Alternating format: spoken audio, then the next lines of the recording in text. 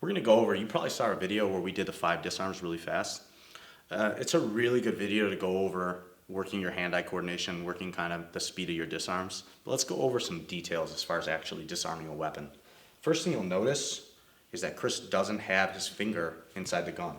The reason for that is when I'm actually doing a disarm, if I turn this fast the way I'm supposed to, if his finger's in there, it's gonna dislocate, or worst case scenario, it'll break. So always when you're practicing this with a partner, please have your finger outside of the trigger, always outside. If you wanna hold it here, that's fine too. Never, ever, ever put it in here. So for one of our disarms, the situation is we're kind of close to here, okay? What I wanna be doing is pushing against this gun, but I don't wanna be making eye contact with the person. I wanna make myself shorter with the person and in fear. Whether you're telling them to take your wallet, whatever you're begging for, you wanna be the inferior person. The reason I'm pushing against the gun is, if anything happens, I don't wanna use my hands and try to disarm from here in front of me. For hand-eye coordination, for practicing, that's fine. You know, if I wanna practice just how to take the gun, that's fine. But for this actual scenario, I'm pushing against this gun for a reason. I push against it so that if anything happens at all, I turn, and as you see, the gun passes me. So again, I'm pushing against it, I'm not making any eye contact, I'm asking, please, please don't kill me, and I turn if I'm gonna make a motion. That way if the shot goes off, because as soon as you turn, believe me, they're gonna pull the trigger. If the shot goes off, that's your first safety. That's faster than any hand disarm. Having your body there is faster than anything you can do with your hands, no matter how good you are at manipulating your hands. So what I do is, if I'm in this position and straight with my legs straight and begging, which I probably would be, I turn and grab. Now notice I put my first leg forward.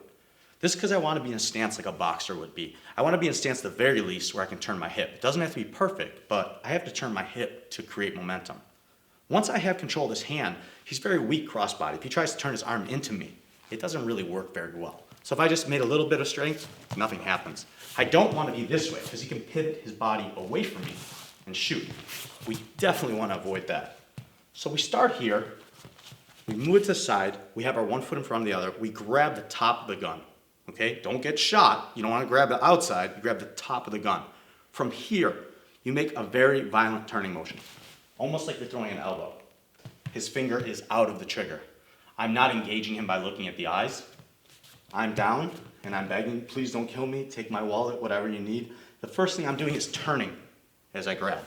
So eventually you have to get good enough to grab too, but it's just a turning motion. So I'm here, I turn. In this case, I have my foot forward already. I come here, I'm gonna use maximum torque. Notice if I stayed here, I'd have a very weak torque. I need this leg here. From here, I'll use maximum torque, then I'll re-grip my grip, so my thumb comes from here to here, and I'll come back and start my attack, okay? I don't know if this gun is jammed. I don't know if it went live and I can shoot another bullet, so I'd rather attack a couple times before I step back and try to shoot, because it may not fire. It's not my weapon, I don't know. Okay, guys? So that's that disarm broken down. There's even more detail, but again, the 5 disarms you saw, they're really good for hand-eye coordination. Again, if he's holding the gun and we're playing around, and I just want to play with taking the gun, that's fun and that's fine. It's something you can do to work on getting things done faster. But again, you want to be technical, you want to think about all the things that would happen, and you want to be as realistic as possible when you're taking the gun. This is again Tom Gavrilos and Chris Bloodstrom from GPS, Gavrilos Protective Systems, and thanks for watching.